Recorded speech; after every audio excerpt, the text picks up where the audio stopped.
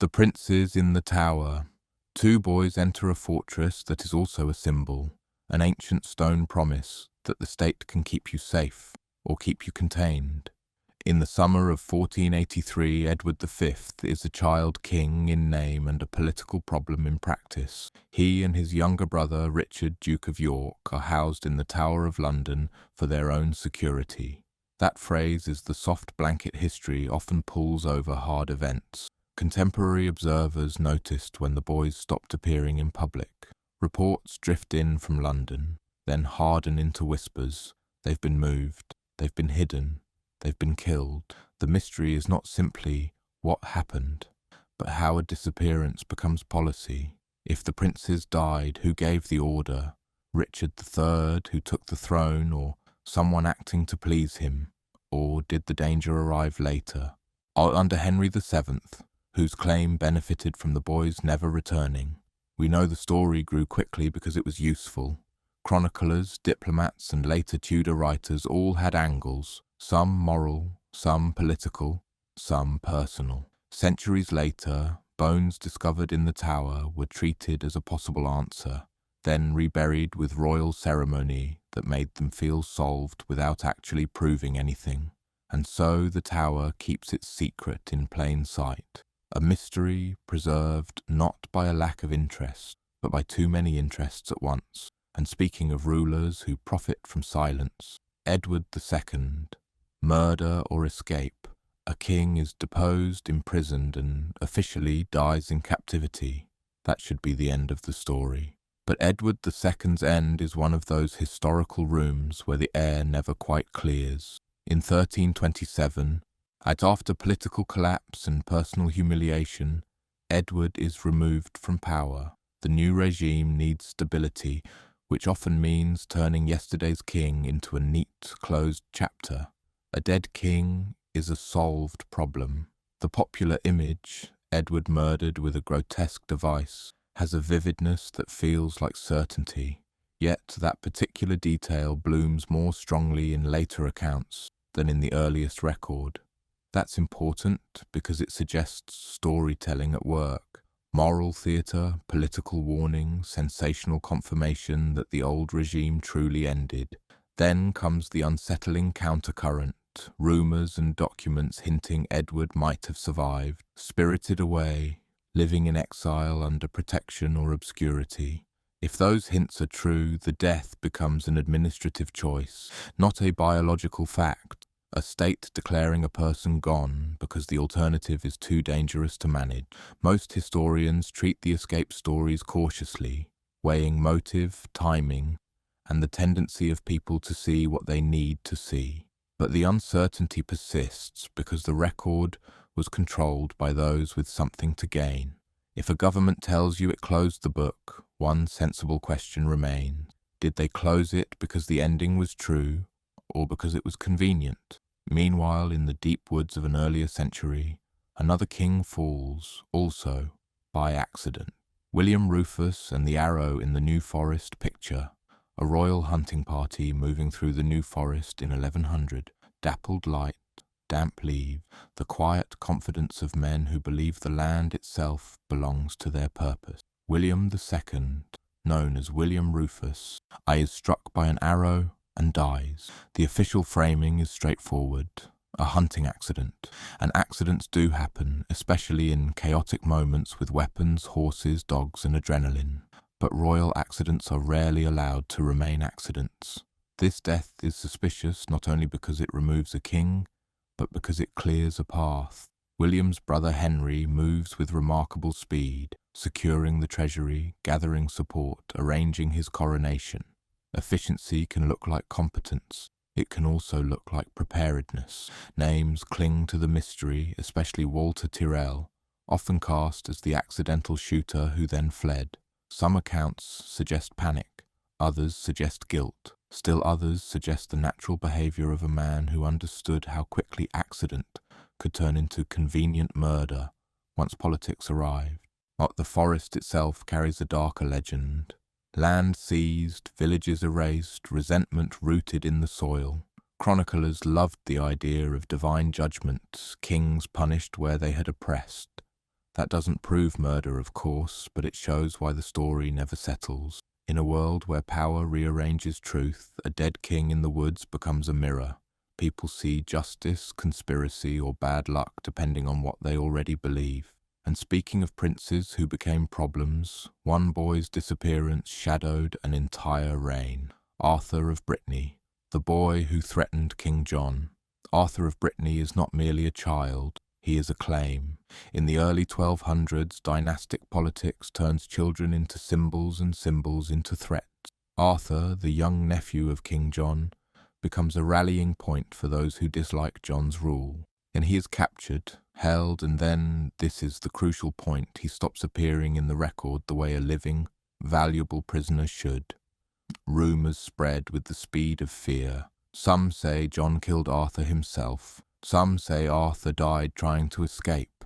Others suggest a quieter disposal, a death hidden behind bureaucratic normalcy, a body removed, a problem erased. What makes this mystery linger is that it fits too well. John's reputation, hard, suspicious, politically cornered, makes the darkest version feel plausible. But plausibility is not proof. Chroniclers wrote with agendas, enemies exaggerated, allies softened, and the state had every incentive to ensure the question never received a clear, usable answer. Arthur's fate becomes a lesson in medieval power. The most dangerous prisoner is not the one who fights, but the one who might be crowned. And when the crown feels threatened, the record itself can become a weapon, selectively silent, strategically vague. That selective silence appears again in a story where the missing thing isn't a person, but treasure, swallowed by mud and myth. The lost crown jewels of King John. Sometimes history offers a mystery that is almost too perfect. A king, a coast, a rising tide, and a fortune that disappears into the earth like a swallowed secret. In 1216, King John is moving through eastern England during a bleak, collapsing phase of his reign. His baggage train, heavy with valuables and the practical machinery of kingship, attempts a route across the tidal estuary known as the Wash. The sea does what the sea has always done. It returns when it pleases, indifferent to rank. Accounts describe wagons sinking, horses floundering, men panicking. Somewhere in that chaos, a portion of John's treasure is said to vanish. Over time, the story hardens into a particular claim. The crown jewels were lost. The problem is that crown jewels can mean several things. Medieval regalia was not always a single, stable set of objects. Some items may have been elsewhere. Some may have been recovered quietly. Some may have been exaggerated by storytellers who understood how much a lost crown delights the imagination. And yet, the core mystery remains. What exactly was lost, and where did it go? The Wash is shifting ground, mudflats, channels, sandbanks that move like living things. A lost wagon can become a legend because even serious searching is at the mercy of geography. So the tale persists, half cautionary fable, half unresolved inventory. A king's power are reduced to scattered metal and wet wood under a grey sky. And speaking of endings that refuse to stay neat, Richard II, starved king or quietly killed. Richard II's reign ends with deposition, and deposition in a monarchy is always an awkward act, like trying to unring a bell with legal language. After Henry Bolingbroke seizes the throne as Henry IV in 1399, Richard is held prisoner. Then comes the announcement, Richard is dead, at Pontefract Castle early in 1400. The official narrative suggests starvation, sometimes voluntary, sometimes imposed. It's tidy in the way that official narratives often aim to be, a fallen king, a self-contained tragedy, but tidiness invites suspicion. Starvation leaves time for rescue plots, for supporters to rally, for the state to worry. A quicker death, by violence. I would be politically messier, but practically simpler. And Richard had supporters. There were risings and whispers. A living Richard was a lit match near dry straw. Contemporary and near-contemporary accounts disagree on details, and later stories grow sharper, darker. Was he allowed to waste away? Was he struck down? Was the public shown a body? And if so, how carefully was it identified? Here the mystery sits in that uncomfortable overlap between medieval reality and medieval theatre. Kings were not only rulers, they were symbols. The body of a king could be displayed to prove legitimacy, yet the same display could be manipulated. You don't need modern forgery to confuse an audience. You only need distance, fear, and authority. If Richard's death was handled as a political operation, the question isn't just how did he die, but how did they make the country believe he was gone? And speaking of royal deaths with a suspiciously memorable aftertaste, George, Duke of Clarence, and the barrel in the Tower, there are stories that feel designed to survive, strange enough to be repeated, simple enough to be remembered. George, Duke of Clarence, provides one of them. In 1478, Clarence, brother to King Edward IV and crucially brother to the future Richard III, is executed after political turbulence, shifting loyalties and accusations that read like a mix of treason and personal chaos. The official record confirms the execution. The method, however, becomes the legend, drowned in a butt of Malmsey wine. It's wonderfully grotesque in a way that makes people smile while they shiver. It sounds like dark comedy staged inside stone walls, and that's exactly why historians hesitate. The more perfectly a detail fits a moral portrait, Clarence as indulgent, decadent, self-destructive, the more we should ask whether it's literal truth or narrative punishment. Some accounts imply he chose the method. That's another convenient flourish, the condemned man selecting an ending that matches his reputation. But even if the drowning is exaggerated or symbolic, the central mystery persists. What really happened behind the closed doors of the Tower? Executions of high-born figures could be handled with privacy, allowing myth to grow in the vacuum. Clarence's death matters because it demonstrates how royal families manage embarrassment. They don't just eliminate threats, they curate the memory. Whether wine was involved or not, the tale functions as a warning. You can be royal and still be disposed of, then turned into an anecdote. That curating instinct becomes even sharper in the next mystery, where the evidence itself is the battleground. The casket letters of Mary, Queen of Scots. Imagine your fate resting on papers you may not have written, translated by people who want you condemned, presented to an audience eager to believe the worst. In 1567, Mary, Queen of Scots, is forced into crisis. Her husband, Lord Darnley, is dead, her reputation is under siege, and her political enemies are consolidating power. Into this chaos come the so-called casket letters, documents allegedly found in a small silver casket, and said to prove Mary's love for the Earl of Bothwell and her complicity in murder. If the letters are genuine, they are devastating. If they are forged or altered, they are a masterpiece of political warfare, taking advantage of scandal, timing, and the difficulty of authentication in a multilingual, factional world. The mystery persists because the original materials do not sit neatly on a table for modern inspection. Versions exist in different languages, with questions about translation, copying, and selection.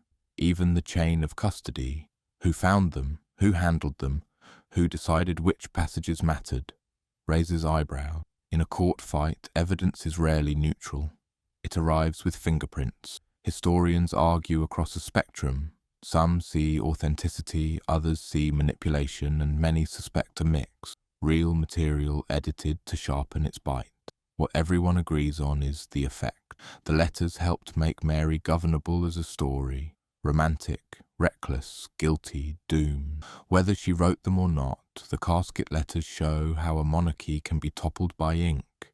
And speaking of reputations that hinge on a single fall, Amy Robsart's Stairs and Elizabeth's Shadow, a lonely country house, a woman of status, a short staircase, and a broken neck that refuses to stay simple. In 1560, Amy Robsart, wife of Robert Dudley, a favourite of Queen Elizabeth I, dies after falling downstairs at Cumnor Place. An inquest rules it a misfortune. Yet the surrounding context is a tinderbox. Dudley is close to the Queen, and gossip already paints him as ambitious enough to remove obstacles. So the question becomes painfully obvious: accident, suicide, or murder? The unsettling part is how each option can be made to fit. An accident is plausible. A deliberate fall is possible. A staged fall is imaginable in a world where servants depend on patrons and silence can be purchased. But plausibility is not the same as proof, and the record offers no clean confession, no decisive witness, no undeniable physical evidence that survives intact. Over the centuries, medical speculation has wandered into ideas about illness that could weaken bones or cause sudden collapse. These theories can soften the sharpness of conspiracy without fully extinguishing it. Because even if illness played a role, the political atmosphere remains. People wanted a scandal, and history often delivers what people want by repeating it until it feels like fact. Amy's death becomes a mystery not only of mechanics, but of meaning. It haunted Dudley. It complicated Elizabeth. It demonstrated that in royal proximity, even domestic tragedy becomes state business. And speaking of state business conducted in shadows, the Gowrie conspiracy, kidnapping, ambush, or cover story. There are mysteries that feel like a locked room, except the lock is made of official paperwork.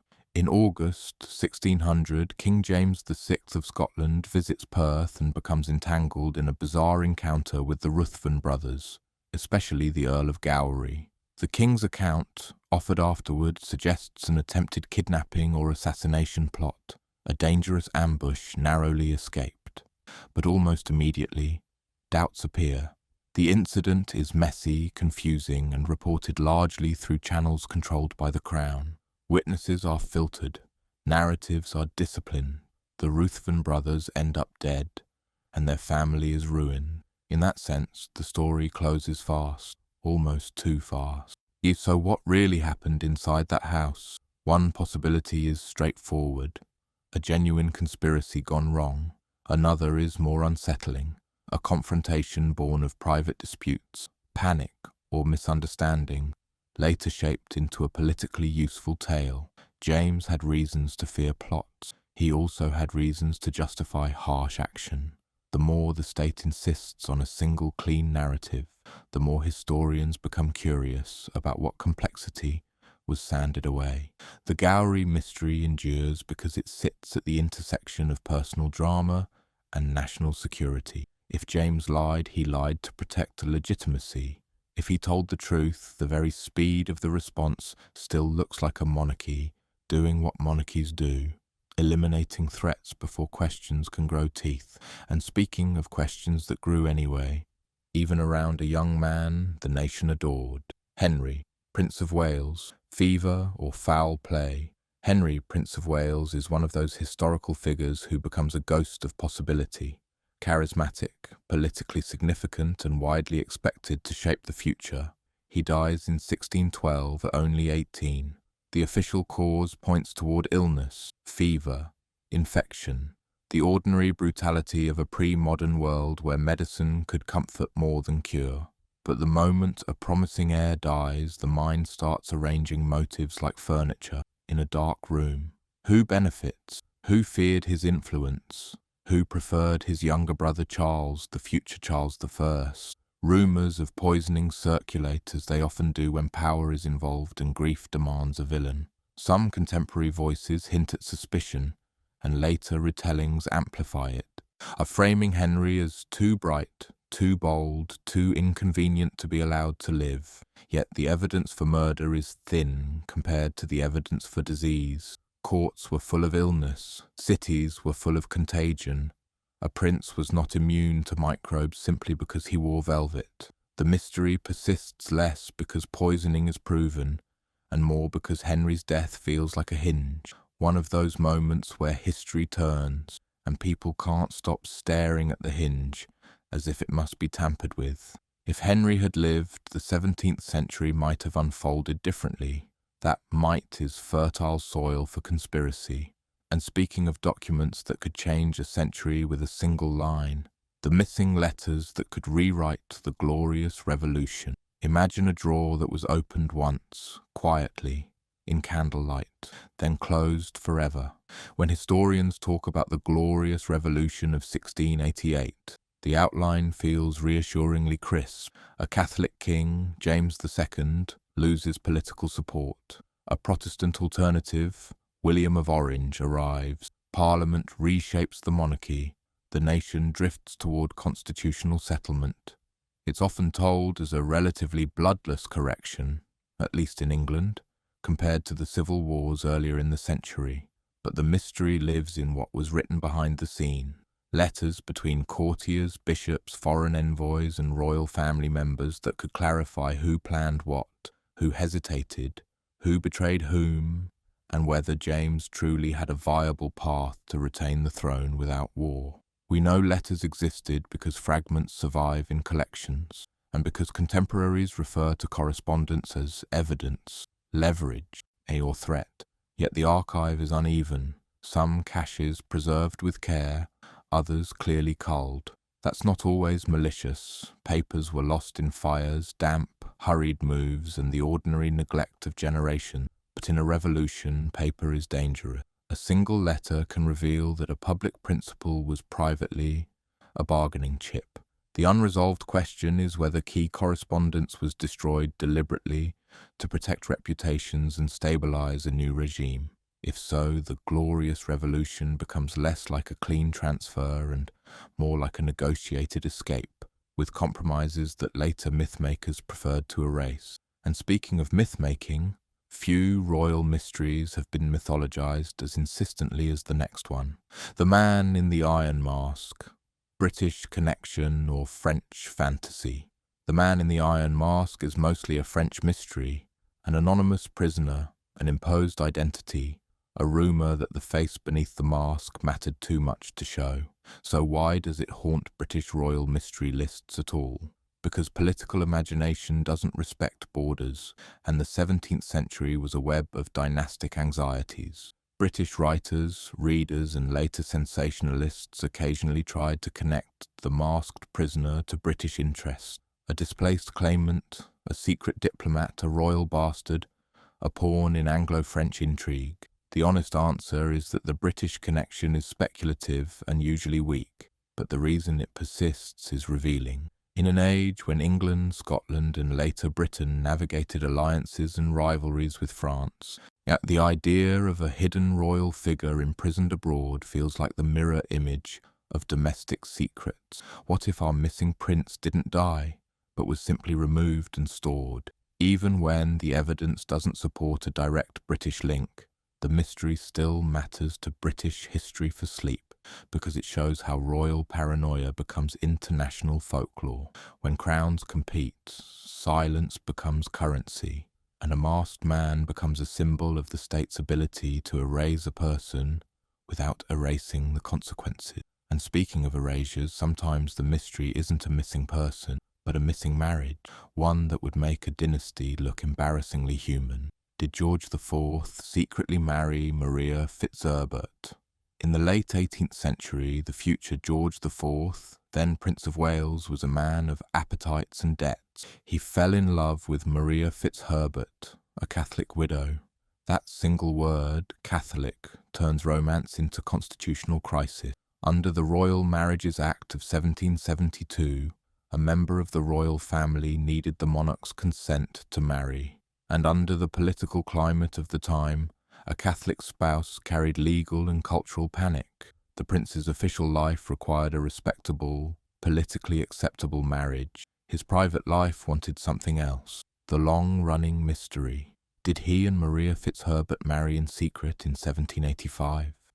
Many contemporaries believed they did. Some accounts describe a ceremony conducted by a clergyman, and Maria herself later acted in ways suggesting she considered it real. But legality is another matter. If the king's consent was absent, the marriage would be invalid under statute. Even if a religious ceremony occurred, the state might treat it as non-existent. This is the kind of royal mystery that persists because it sits between truth and recognition. A thing can happen and still be denied by law. A union can be emotionally real and politically impossible, and the establishment had a reason to maintain the official fiction. The monarchy is not allowed to be messy in ways that threaten succession. So the question remains, not only did they marry, But what did the participants believe? And what did the state need the public to believe? And speaking of things the public was encouraged not to dwell on. Who really wrote the regent's private papers? Royal figures often leave behind words that sound too polished to be spontaneous. Speeches, letters, diary-like fragments that appear in print. I edited memoirs that smell faintly of someone else's pen. During George IV's era, and in royal households generally, secretaries and advisors shaped public writing. That is normal. The mystery lies in the private papers, letters that seem intimate, confessions that emerge after death, passages that conveniently justify a controversial decision. Were these truly the prince's voice, or a curated voice constructed by those around him? The uncertainty is structural. Royal archives are selective. Papers can be destroyed by families, withheld by estates, or edited by publishers who promise discretion. When you see a private letter in print, you're often seeing it after it has passed through hands that knew its value. This matters because a monarchy is not only power, it is narrative. If you can control which words survive, you can control which motives seem plausible. The mystery isn't one missing letter. It's the overall question of how many royal thoughts were filtered into existence by an invisible professional class. And speaking of invisible professionals, sometimes the most dangerous secrets are held not by kings, but by servants who know where the bodies, literal or metaphorical, are buried. The mysterious death of Sir Edmund Godfrey. In 1678, England is gripped by the so-called Popish Plot, a feverish wave of anti-Catholic paranoia fueled by allegations of a Catholic conspiracy to assassinate King Charles II. The claims were largely fabricated, but hysteria rarely waits for proof. Sir Edmund Berry Godfrey, a magistrate who took a deposition related to the plot, disappears. Days later, his body is found under grim circumstances. The death becomes a political spark thrown onto dry grass. Was he murdered to silence him? Was he killed by those trying to intensify panic? Was it suicide? Was it an accident dressed up by rumour? The mystery lingers because the case was contaminated by the very atmosphere it helped create. Witness testimony becomes suspect when fear is profitable. Political factions treat a corpse like a pamphlet, something to wave at crowds. Official proceedings attempted explanations, and suspects were accused. But the broader question, what truly happened, remains foggy because every interpretation served someone's need.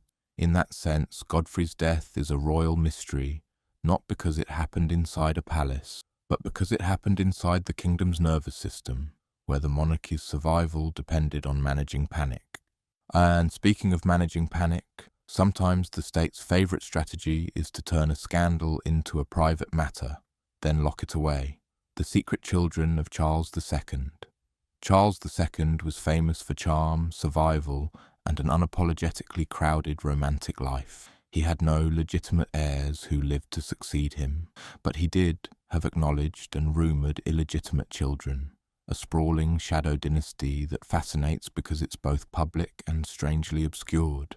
Some children were openly recognised and given titles, others hover in rumour, a child quietly provided for, a mother paid to vanish from court, a baptism entry that hints at something more. The mystery is not whether Charles had illegitimate children. He did. But how many, and how deliberately the record was managed. Illegitimacy was not rare in royal circles, but it was politically sensitive.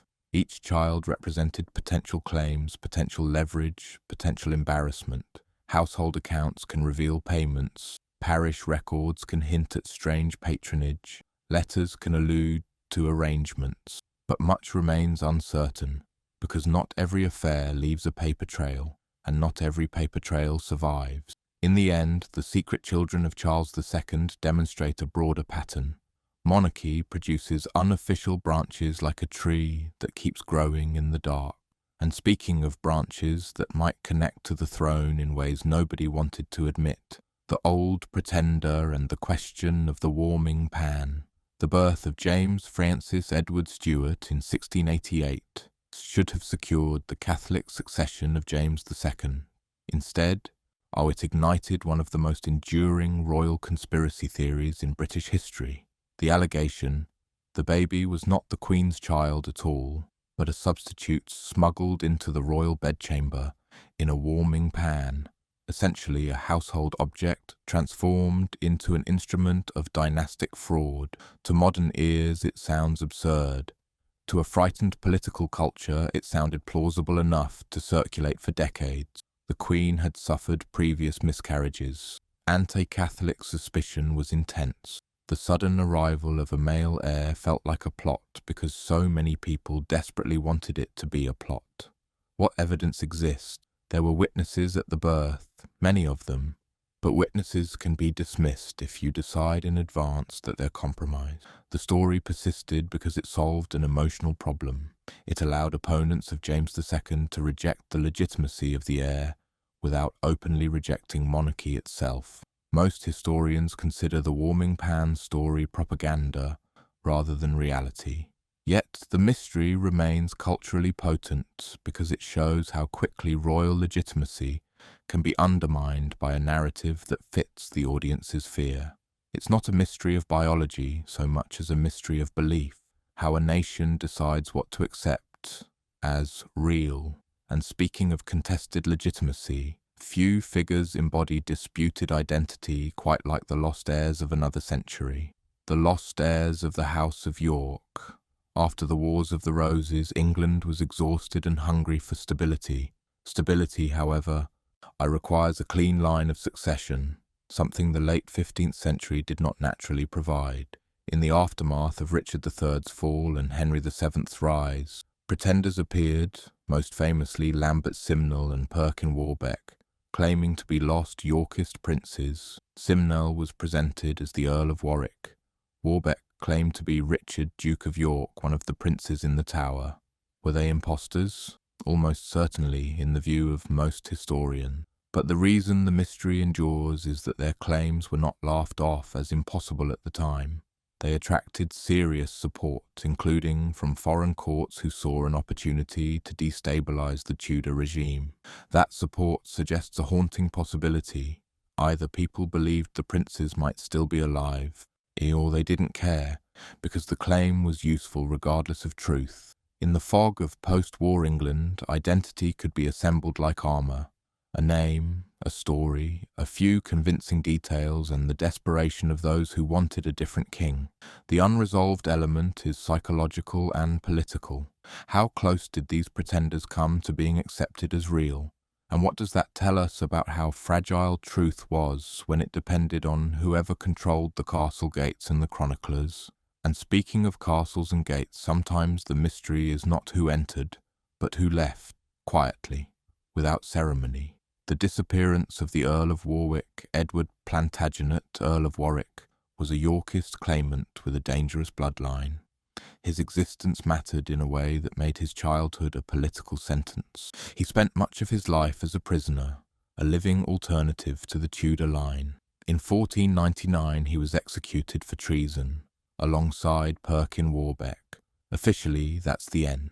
Yet Warwick's story has always carried a faint echo of doubt, not necessarily because the execution didn't happen, but because the Tudor state's motives were so clear.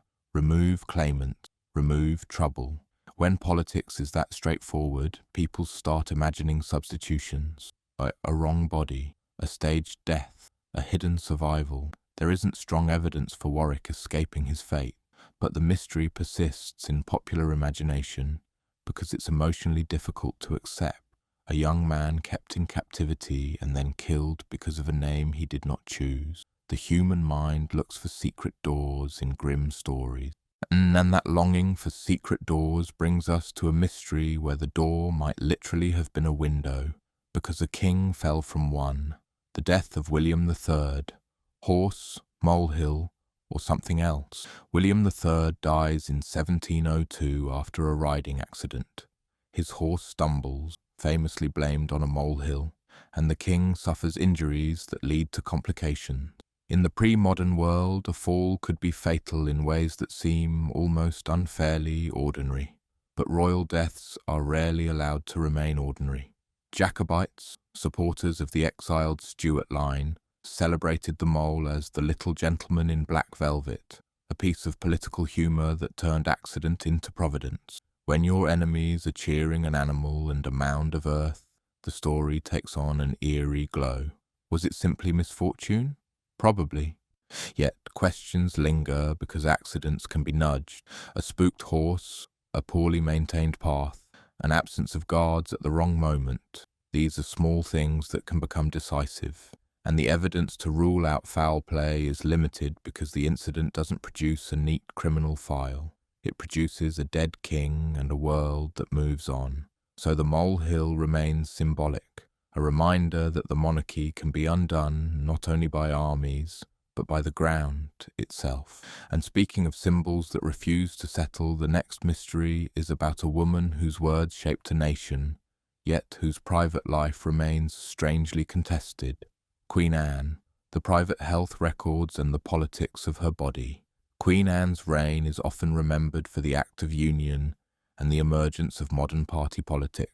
But her personal life, particularly her health and pregnancies, has been surrounded by confusion, speculation, and at times cruelty. Anne suffered numerous pregnancies and losses. The precise medical explanations remain debated. Some historians discuss gout, possible autoimmune issues, or other chronic conditions. But the deeper mystery is archival.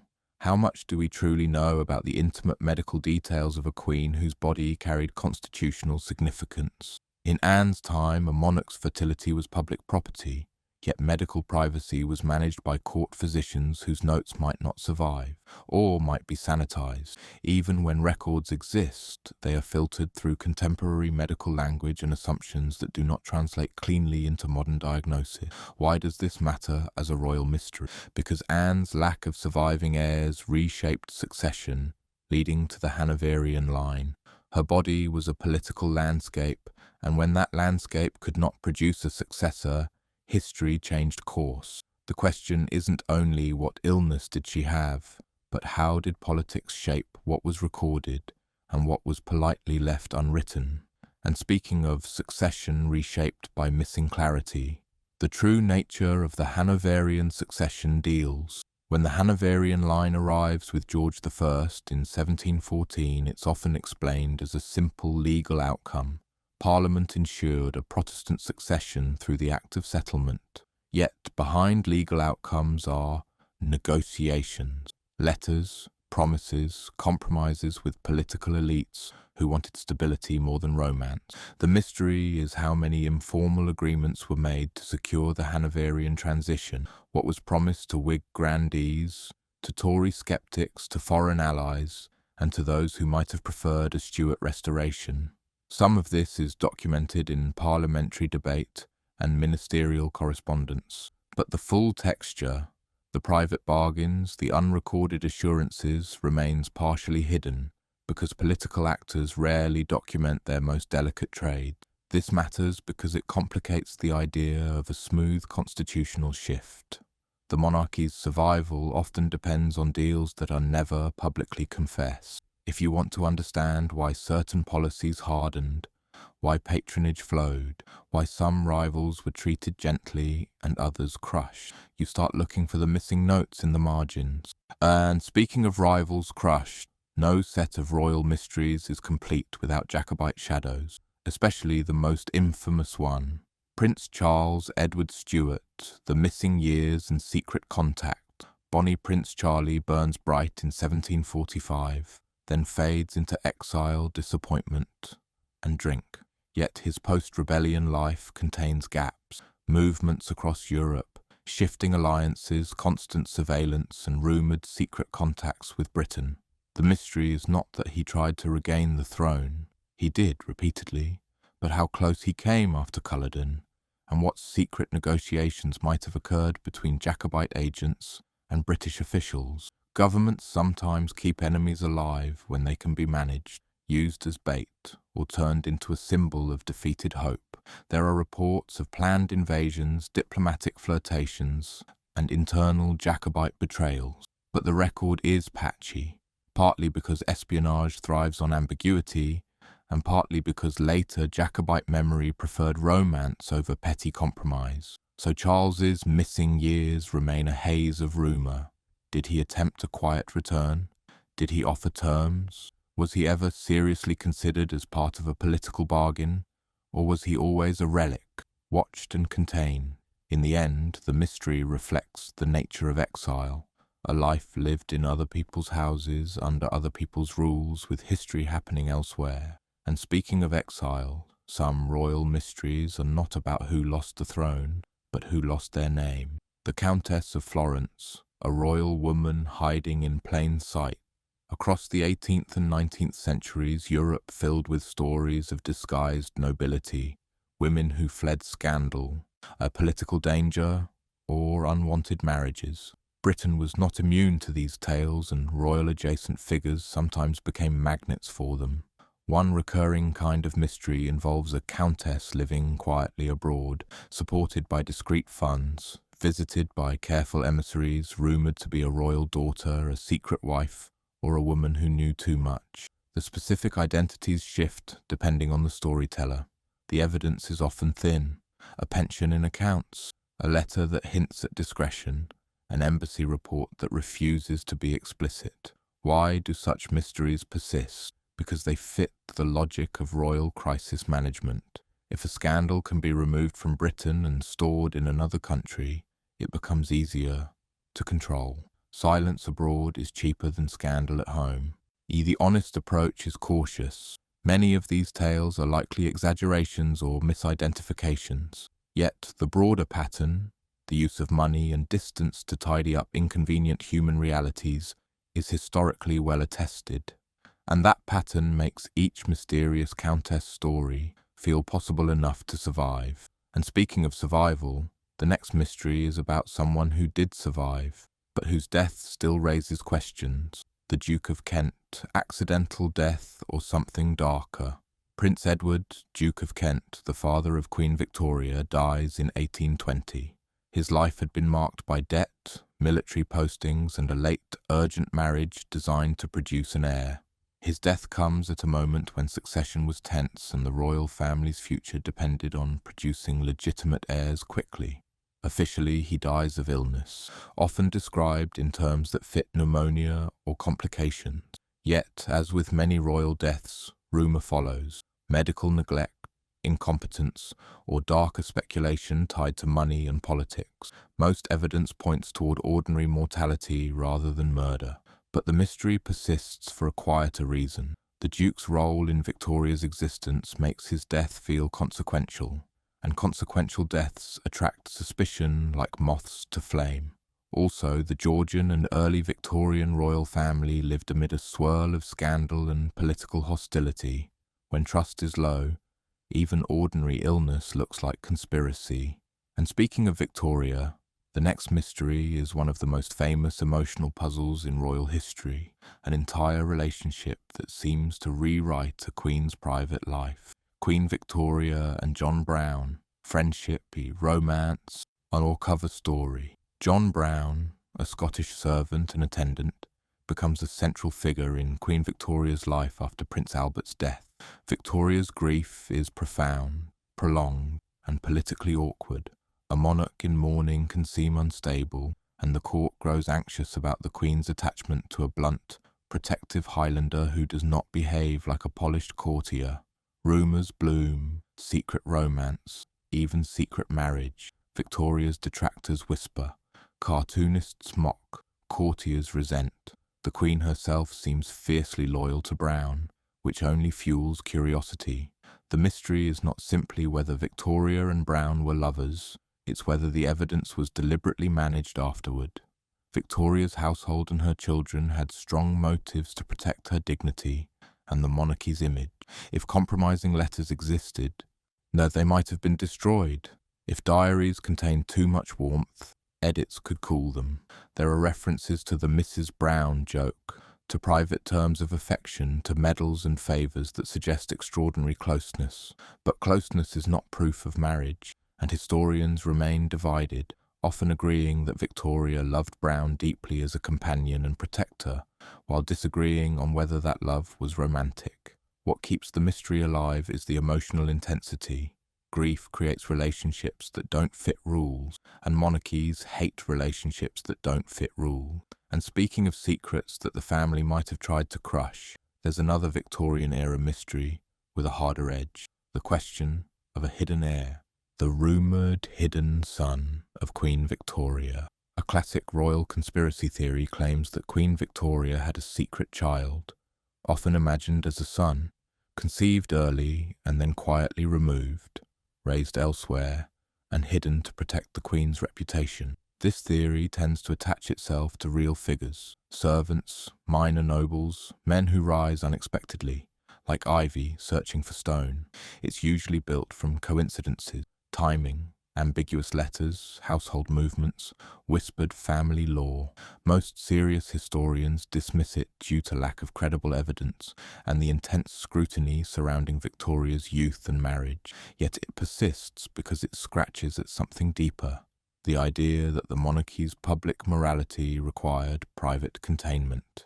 If a scandal could be hidden, people assume it was hidden because they know, and instinctively, that institutions often choose secrecy. The broader truth is that royal households were capable of managing scandals, but a monarch's pregnancy is difficult to hide without leaving unmistakable traces in medical notes, court schedules, and gossip. Still, the rumour's endurance tells us something about the Victorian imagination. A society obsessed with propriety finds secret transgression irresistibly plausible. And speaking of plausibility, the next mystery revolves around an event that was public, violent, and intensely documented, yet still feels unresolved. Was Prince Albert really worked to death? Prince Albert dies in 1861 at 42. The official cause is often given as typhoid fever, though modern retrospective diagnoses have suggested other possibilities. But beyond medical labels, Victoria framed his death in a particular way. Albert as a selfless figure consumed by duty, labouring tirelessly for the nation and family, essentially sacrificed to responsibility. Was he truly worked to death, or is that a narrative that helped Victoria sanctify him? Albert was heavily involved in government affairs, correspondence, and reform projects. Stress can weaken the body, and Victorian medicine could not always handle infection well. Yet the phrase "work to death" also functions as moral storytelling. It transforms a complicated man into an emblem of virtue, and it casts his death as meaningful rather than simply tragic. The mystery lies in the intersection of grief and propaganda. Victoria's mourning shaped how Albert was remembered, and that memory shaped the monarchy's moral authority. If Albert's actual medical condition was more complex, chronic illness, misdiagnosis, a different infection, then the story is less tidy, less spiritually useful. We may never know precisely what killed him in modern clinical terms. What we can observe is how his death was used to anchor a narrative of earnest, domestic monarchy, one that Britain needed to believe in.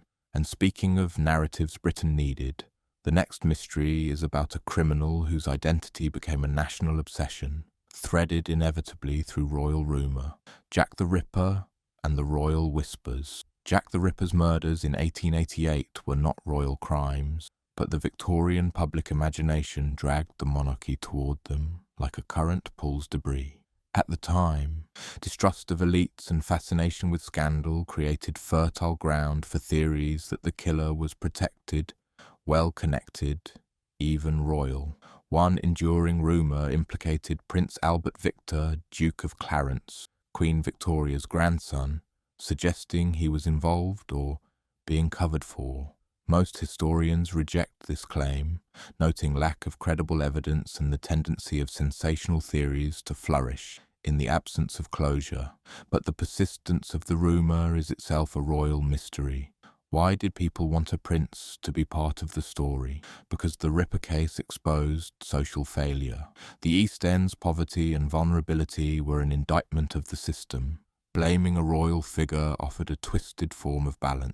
If the poor suffered, then the powerful must be corrupt, enough to commit the worst. There's also the practical fact that elites can access protection, lawyers, and discretion. Even if Clarence wasn't involved, the idea that someone could be protected felt true to a public that saw the state failing them.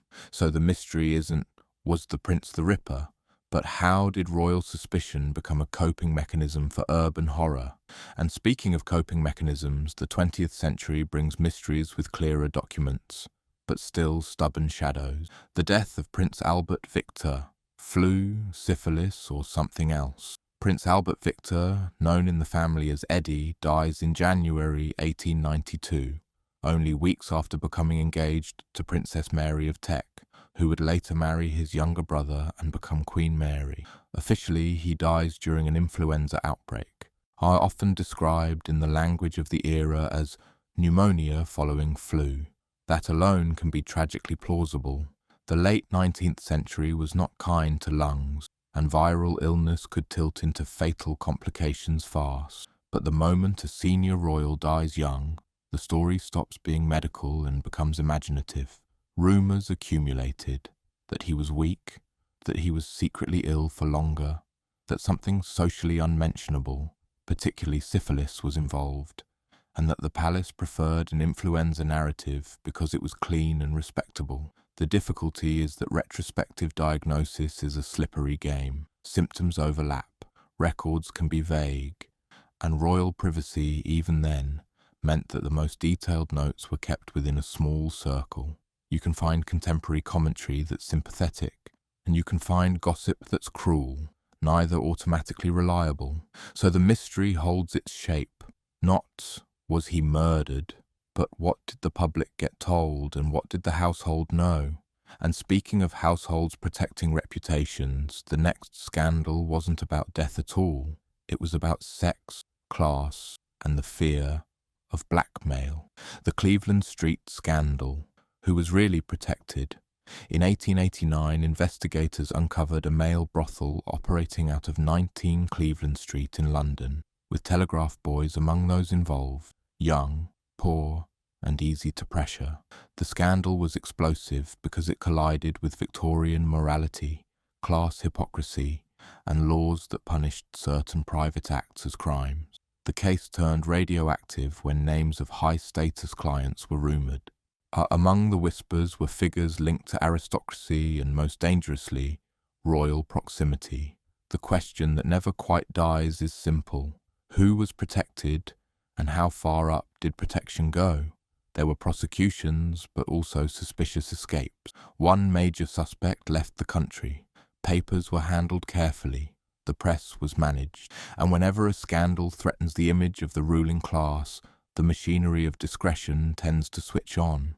Quiet warnings, softened charges, delayed warrants, strategic lack of evidence. It's possible the royal rumour was exaggerated by a public eager to see hypocrisy punished. It's also possible that the rumour points to something real, not necessarily a specific prince, but a system that treated the poor as disposable and the powerful as salvageable.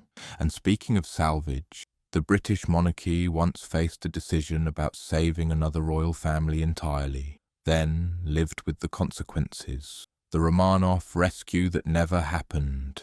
What did George V really decide when the Russian Revolution toppled the Romanovs? Europe's royal families watched with a particular kind of fear, the fear of seeing their own future in someone else's execution. Nicholas II was King George V's cousin. Early on, there were discussions about offering asylum to the Romanovs in Britain. The broad outline is known. The idea existed. It moved through government channels, and it did not happen. The family remained in Russia, where they were eventually killed. The unresolved mystery lies in the decision-making. How much did George V personally push for asylum, and how much did he pull back? As some accounts emphasize government concerns, public opinion, wartime instability, the risk of importing revolution, and the political cost of sheltering a hated autocracy. Other interpretations suggest the king was more directly influential, worried about British unrest, anxious about the monarchy's own survival, and therefore reluctant to make the Romanovs Britain's problem. It's a mystery because the line between constitutional monarchy and personal influence can be hard to trace in moments of crisis. A king may not write orders like a dictator, but he can nudge, warn, or discourage, And those nudges don't always leave tidy paperwork, so the question remains, was the Romanov door closed by ministers, by the monarch, or by the quiet agreement of both? And speaking of doors closing, Ireland's crown jewels vanished through one. The Irish crown jewel, the theft that refused to make sense. In 1907, a set of regalia known as the Irish crown jewels, technically the insignia of the Order of St. Patrick, disappeared from Dublin Castle. No dramatic armed raid, no obvious break-in that satisfied common sense, just jewels gone and an establishment suddenly allergic to clarity. The immediate puzzle is practical. How do you steal something so valuable from a heavily symbolic site without leaving a clean trail? The deeper puzzle is political. Why did the investigation feel so constrained, so embarrassed, so cautious? Suspicions swirled around insiders, people with access, people with knowledge of schedules, people protected by class. There were rumours of sexual scandal, blackmail, private parties and quiet payoffs. Dublin Castle, as the nerve centre of British administration in Ireland, was already hated by nationalists. A scandal, there was not just crime, it was propaganda delivered at the worst possible moment. The jewels were never recovered. That fact alone keeps the mystery alive, because unresolved theft at that level suggests either extraordinary competence or extraordinary protection. And speaking of protection, the 20th century perfected a new form, intelligence files that exist, but not in the light. The Royal Intelligence Files, what remained sealed by the early 20th century. The monarchy wasn't only defended by tradition and pageantry, it was defended by institutions, police, intelligence services, private secretaries who understood that information could be as lethal as bullets. There are long-standing mysteries about what sits in sealed files, surveillance reports on royal associates, assessments of political sympathies, investigations into blackmail attempts, and the quiet management of embarrassing relationships. Some of these matters are known in outline through declassified fragments and memoirs. Others are inferred because the state, like any organism, keeps sensitive records close. The mystery isn't that files exist. The mystery is the shape of what remains hidden and why. In a democratic age, secrecy must be justified.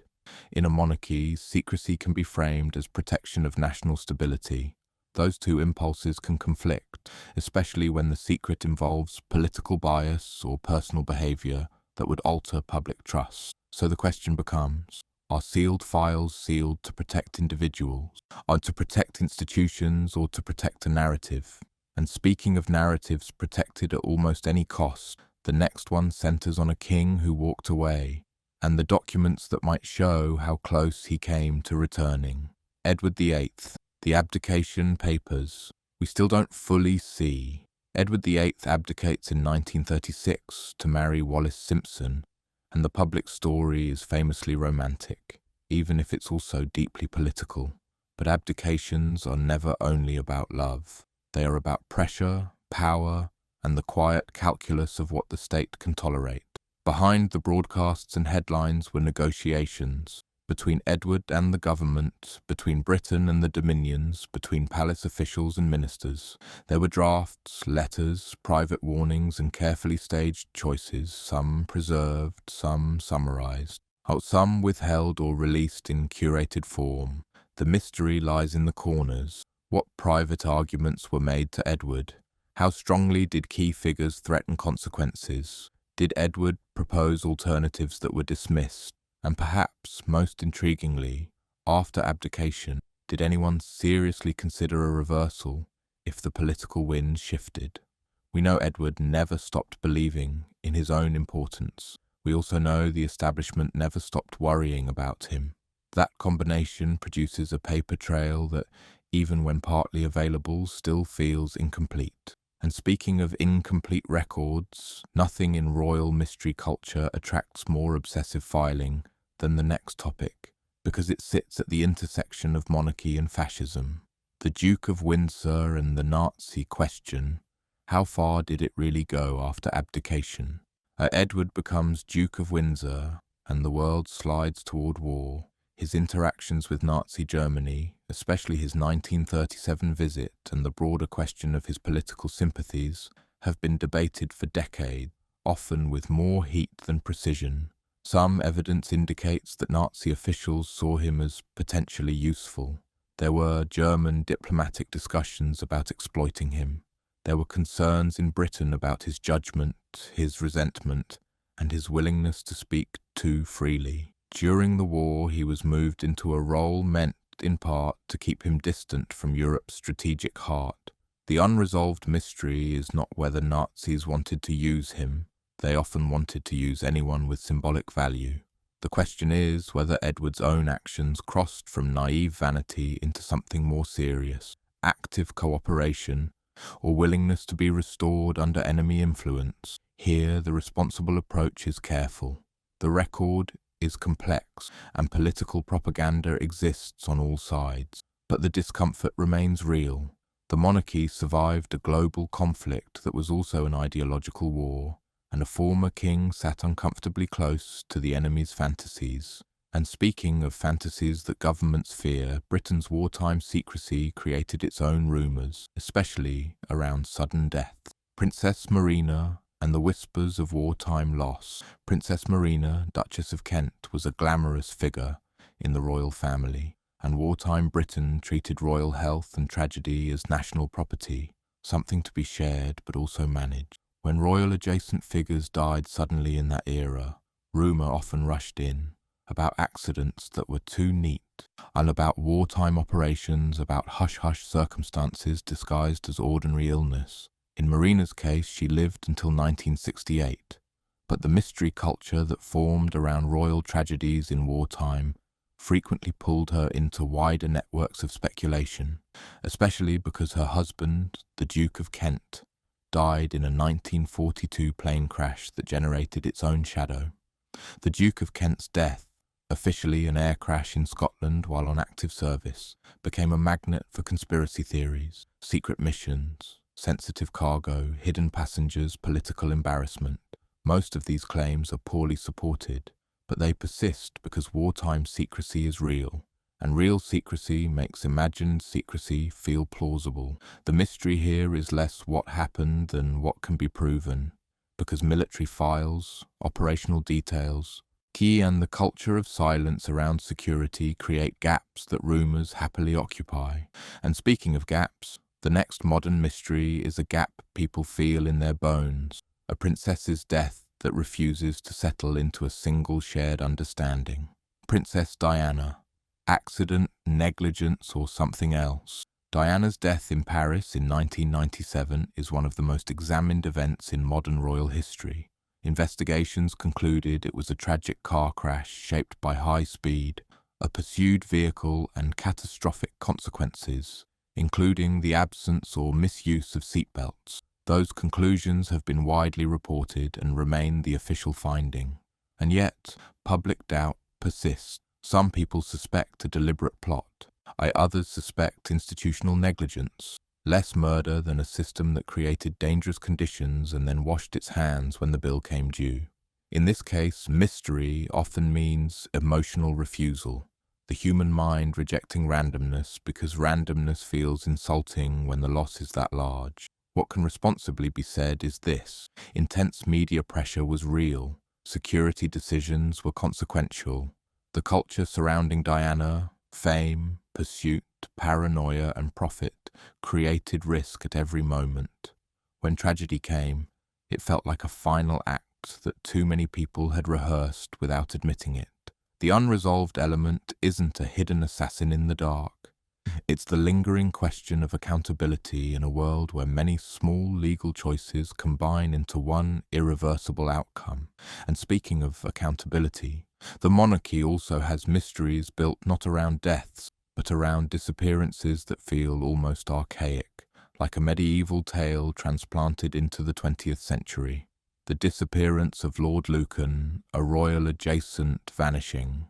Lord Lucan is not a royal, but his 1974 disappearance became a distinctly British elite mystery because it involves aristocracy, privilege, and the sense that some people can slip out of the world like smoke. After the murder of the children's nanny and an attack on Lucan's wife, Lucan vanished. His car was found, but he was not. Over the years, alleged sightings appeared around the world, Africa, India, Australia, each one enough to reignite the story, never enough to end it. Why include this in a royal mysteries journey? Because it reveals the ecosystem around the crown, the social class that overlaps with royal circles, the old networks of clubs, connections and quiet favours. People wondered, could he have been helped? Could he have been sheltered by friends who valued loyalty over justice? There's no solid public proof of such a rescue, but the fact that the possibility feels plausible is part of Britain's cultural inheritance, an instinct that the upper class can sometimes bend reality simply by closing ranks. And speaking of ranks closing, the next mystery is about royals who were not hidden by fleeing, but by being quietly placed out of sight. The Bowes-Lyon cousins who decided they would disappear. Two women existed and then, socially, publicly, they didn't.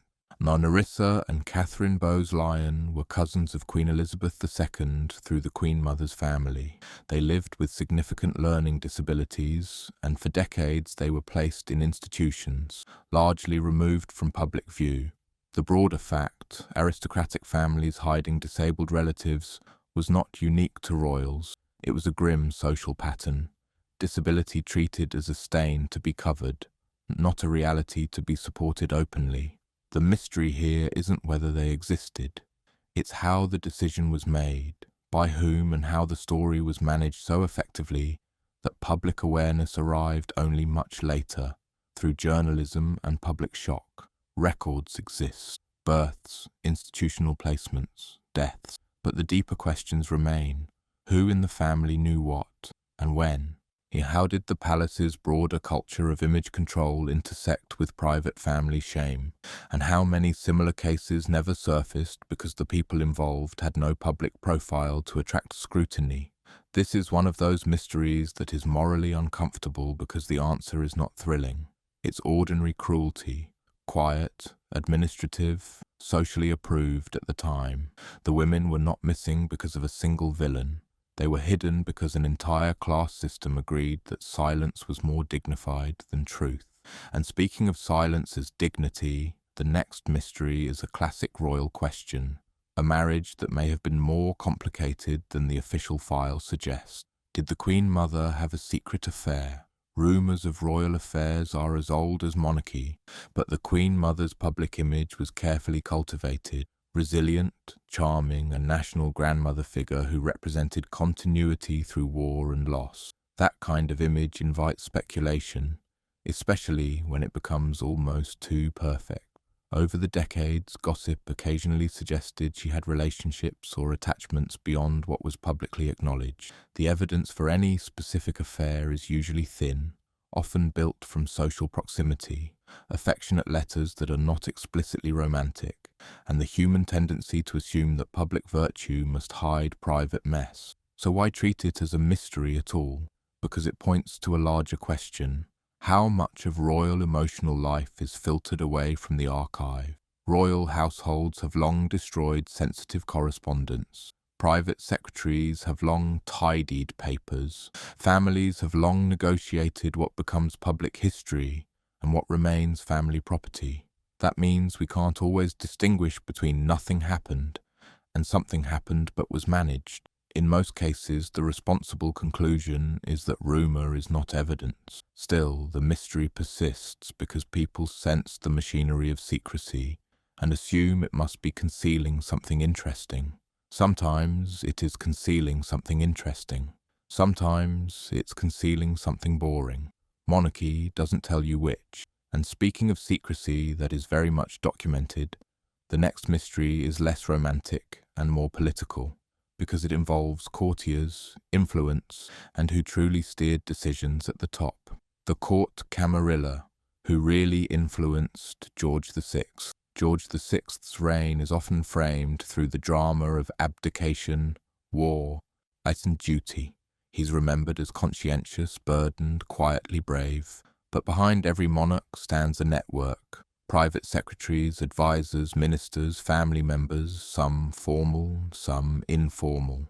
The mystery isn't whether George VI had advisors. The mystery is how much informal influence, sometimes called a camarilla, shaped what he saw, what he didn't, and how he interpreted political realities.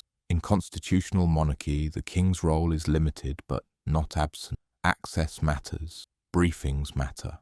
Tone matters. The person who decides what goes into the folder decides what exists in the monarch's mental world. During moments of crisis, appeasement debates, wartime decisions, imperial tensions, questions have lingered about who had the king's ear, who filtered information, and how palace culture intersected with government policy. And this isn't a single mystery with a single solution. It's an ongoing archival puzzle, a system designed to be discreet, leaving behind records that are partial by nature.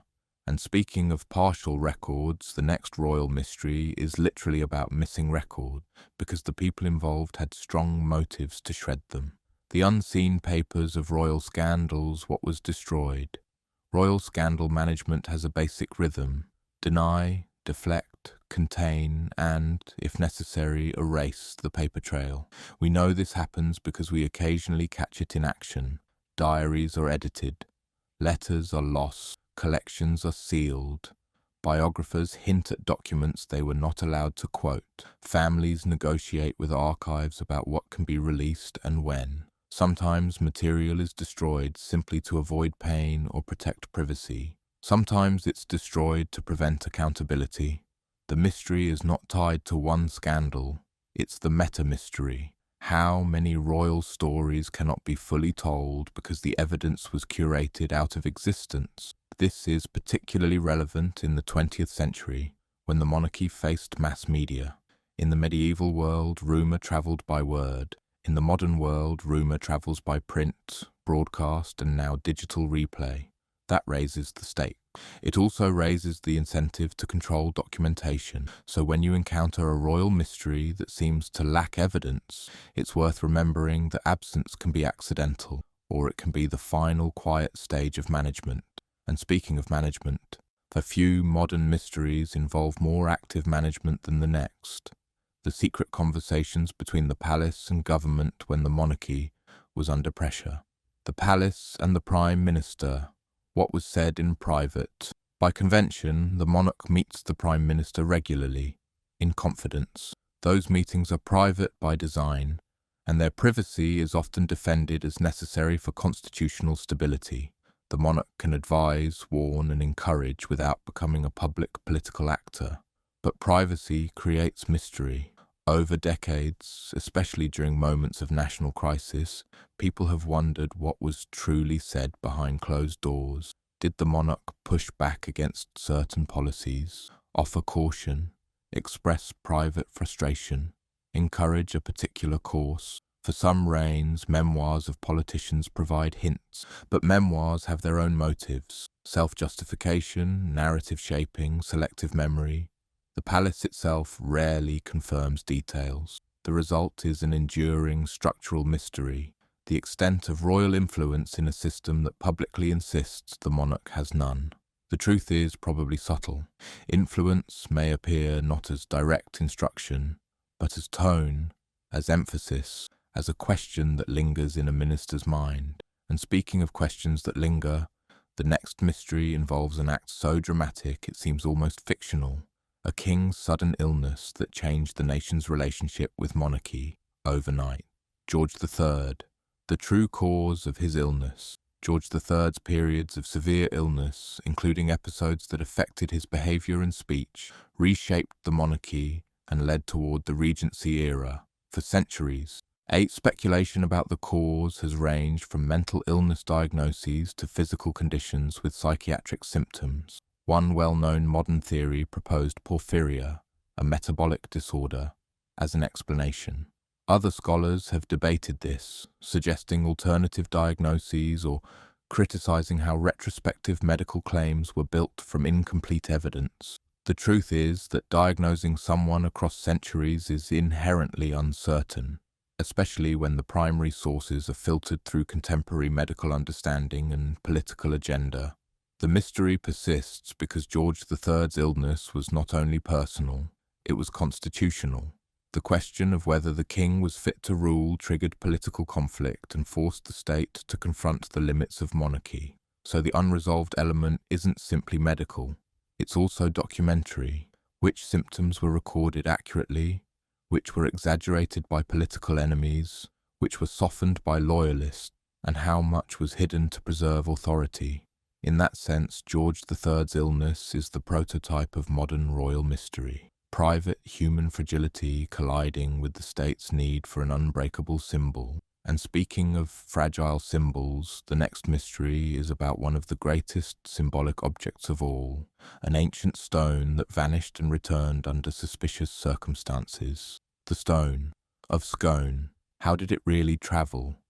The stone of Scone, also called the Stone of Destiny, was taken from Scotland by Edward I in 1296 and placed at Westminster as a symbol of dominance. Centuries later, it became part of British coronation tradition, Scottish identity literally under an English throne. In 1950, Scottish nationalists removed the stone from Westminster Abbey. The official story involves a daring, politically charged operation, with the stone eventually recovered and returned. Later, it was officially transferred to Scotland in 1996 with agreements about its use for coronations. But the mystery that persists is deliciously specific. Was the stone that came back the original, or was it swapped, either by the nationalists, by authorities, or by someone else entirely? Swapping the stone is one of those ideas that is just plausible enough to survive. The stone is heavy but movable. Confusion could happen. Those involved had motives, nationalists to keep the true stone as a symbol, authorities to avoid embarrassment and restore ritual continuity, and because the stone itself is a symbol, the possibility of substitution becomes symbolic too, a rebellion not only of action but of meaning. There is no widely accepted definitive proof of a swap, but the question endures because it captures the essence of royal mystery. Objects matter because we agree they matter, and that agreement can be hacked by anyone brave enough to lift the object and walk out. And speaking of walking out, the next mystery is about a royal who walked into a prison and never truly walked out again, because the story of his end refuses to settle. Rudolf Meyer and the British parallel of royal pact death. The Meierling incident, Crown Prince Rudolf of Austria's death, was not British, yet it influenced royal Europe's culture of secrecy. Why bring it into a British mysteries sequence? Because British royal-adjacent narratives adopted the same pattern. When a high-status death threatens scandal, the official story becomes a protective shell. British cases, whether suicides, overdoses, or accidents among royal relatives, often echo that same logic. The mystery isn't always, did someone kill them? Sometimes it's, what exactly happened, and how much was softened to preserve dignity. In Britain, where the monarchy's legitimacy rests heavily on public trust, the handling of sensitive deaths becomes a constitutional act. That's why certain modern incidents, fatal car crashes, sudden medical collapses, ambiguous accidents, attract speculation even when foul play is unlikely. People sense the protective shell and assume it hides something darker. The most responsible approach is to acknowledge the pattern without forcing false certainty. Secrecy can exist without murder. Image management can exist without conspiracy. But the presence of management is enough to keep mystery alive. And speaking of modern shells of secrecy, there is one ongoing question that often surfaces in whispers rather than archives, because it's about paternity, inheritance, and the way bloodlines still matter emotionally even when laws have changed. The secret paternity rumours around modern royal. Every generation produces paternity rumours, and the modern monarchy, despite DNA science and intense press coverage, has not been spared. These stories tend to thrive in the same habitat: tabloid suggestion, hostile political commentary, and the human appetite for scandal that explains personality or conflict. Most of these rumours are not supported by credible evidence, yet they persist because monarchy is still, at its core, a family brand. If you can destabilize the family story, you can destabilize the aura. The mystery element isn't whether a specific rumor is true. It's how quickly people accept the idea that official narratives are unreliable, and how eager some are to believe that the most intimate facts can be hidden behind gates and lawyers. In practice, hiding something like paternity in the modern age would be extraordinarily difficult without leaving a trail. But difficulty has never stopped the imagination. The monarchy's history of secrecy gives the public permission to suspect secrecy even where it likely doesn't exist. And speaking of suspicion, the next mystery is older and colder. A body found in a river with questions that never stopped floating back to the surface. The death of Robert, Earl of Essex, suicide or silenced. The Earl of Essex, a figure tangled in court politics and ambition, died in 1683 in the Tower of London, officially by suicide. The stated context involved allegations linked to the Rye House plot, a supposed conspiracy against Charles II and his brother James. Suicide in the Tower has always invited doubt. The Tower is not just a prison, it is a symbol of state control. When someone dies there, the state is inevitably part of the story. Was Essex truly suicidal, fearing disgrace, torture, or execution? Possibly. People in crisis do take their own lives, and political collapse can be psychologically crushing. But because Essex's death removed a politically significant figure, and because the government had motive to prevent him speaking, suspicion lingered. Could he have been murdered and the scene staged? Contemporary opinion was divided. Pamphlets and gossip amplified competing narratives. The official conclusions satisfied authority more than it satisfied skeptics. Here again, the evidence is insufficient for certainty. The mystery persists because the environment, the tower, the plot paranoia, the stakes, makes every interpretation feel possible. And speaking of tower mysteries, we end where we began, with the sense that stone walls have a particular relationship with truth. They don't lie, but they don't talk either. The White Ship disaster, accident or avoidable tragedy. It begins as a party on salt air. In November 1120, the White Ship prepares to leave Barfleur for England. On board are young nobles, courtiers, and most fatefully, William Adelin, the only legitimate son of Henry I. Contemporary accounts describe heavy drinking, swagger, and a crew eager to prove they can outrun the king's own vessel. Then the ship strikes a rock just outside the harbour and breaks apart in the dark. Almost everyone dies. One of the few widely repeated details is the existence of a single survivor, someone ordinary enough to cling to wreckage while the great drown in velvet. And that imbalance is exactly why the story never stops haunting people. The future of England goes under in cold water, while history is left with a witness who can't explain every moment. Was it just reckless negligence, drunk sailors, impatient nobles, bad luck in bad light? And that is the simplest answer, and it fits what chroniclers emphasize. But the mystery persists because of consequence. With William Adelin dead, the succession crisis deepens, and the realm slides toward the civil conflict remembered as the anarchy. When an accident changes a century, people instinctively search for hands on the wheel. Sabotage is tempting. A loosened plank, a deliberate course, a paid whisper, yet the evidence for foul play is thin, and the risk would have been enormous. Most likely the White Ship was not murdered by a mastermind. It was murdered by confidence, alcohol, and the kind of entitlement that assumes the sea will respect a surname. And speaking of mysteries where privilege and chaos collide, our last one sits much closer to the modern world, where the papers are thicker, the rumours louder, and the truth still strangely out of reach. The Harry Oakes murder and the Duke of Windsor's shadow. In 1943, in the Bahamas, a rich man is found dead under circumstances so violent and strange that the case feels like it belongs to a different century, except the players wear modern suits and the world is at war. Sir Harry Oakes was one of the wealthiest men in the islands. He was found murdered in his home in Nassau, and almost immediately the investigation began to wobble. Evidence handling was questioned. Suspects were named and contested. A dramatic arrest and trial did not deliver closure that satisfied everyone. Hovering over the entire affair was the governor of the Bahamas, the Duke of Windsor, the former Edward VIII. That alone is enough to turn a murder into a royal mystery, because it adds a layer of political sensitivity and personal reputation management. Contemporary observers and later writers have argued over whether the Duke and Duchess interfered with the investigation, whether out of loyalty to certain social circles, fear of scandal, wartime paranoia, or sheer incompetence under pressure. The difficulty is that messy investigations produce messy histories. When procedures fail, almost any narrative can be poured into the cracks.